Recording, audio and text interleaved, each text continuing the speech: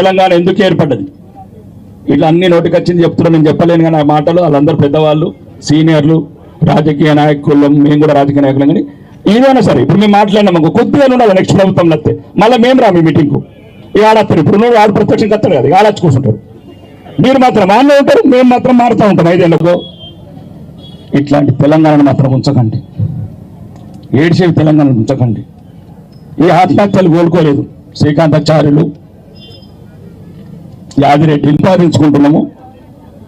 మేము outer ring road చుట్టూ regional ring road చుట్టూ మీకు అనుకుంటున్నారా? రీజనల్ రింగ్ రోడ్ మీకు అనుకున్నారు. మా గురించి, మా మనవాళ్ళ గురించి నాకు సరిపోయింది అవుటర్ రింగ్ రోడ్. ఒకరి గురించి రీజనల్ రింగ్ రోడ్ ఎత్తున్నారు. కాబట్టి దయచేసి ఈ రాజకీయ నాయకులల్లా ఎంతో కొంత నిజాయితీ మొదలు కావాలి. ఎవడో ఒక్కడు ముందుకు రావాలి. ఈ బిడ్డల గురించి మాట్లాడేటోడు, నిరుద్యోగుల గురించి మాట్లాడేటోడు, నిస్వార్థంగా ఉంటాడు. బతకండి, సమాజాన్ని బతికిద్దాం, మనమే బతుకుదాం అనేది కొత్త సమాజం చూస్తున్నాను. ఏమైతుంది? ఇంకొక ఇప్పుడు 2 లక్షల కోట్లు తెచ్చినాం. జూలై 1 వరకు 2 లక్షల కోట్ల అప్పు తెచ్చినాం. 2,40,000 కోట్లు. పోయినసారి నేను చెప్తున్నా, ఒక్క పెన్షన్ రాలేదు నాకు కాన్స్టిట్యూన్సీలో, ఒక్క రేషన్ కార్డు రాలేదు నాకు కాన్స్టిట్యూన్సీలో. 74 ఇండ్లు మాత్రమే. మొన్న 3 మండలాలు రివ్యూ అయితే 74 లక్షలు వచ్చినాయి. 3 లక్షల కోట్ల బడ్జెట్ ఎటువాయే, 2 లక్షల కోట్ల అప్పు ఎటువాయే, 5 లక్షల కోట్ల ఎటువాయే నా డబ్బు.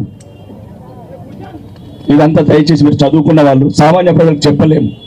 మీరు ఒక్కొక్కడు ఒక నాయకుడు కానీ, అంటే మీరు రాజకీయాలు రారు, మిమ్మల్ని ఉంచారు. మీరు ఏముండి గంగలు పోయినాయి, నెల జీతం వచ్చి గంగలు పోతలేదు మీకు, మిమ్మల్ని రానియరు. కానీ ఏదో ఒక నిజాయితీగా డబ్బులు సంపాదించడం చాలా దారులు ఉన్నాయి.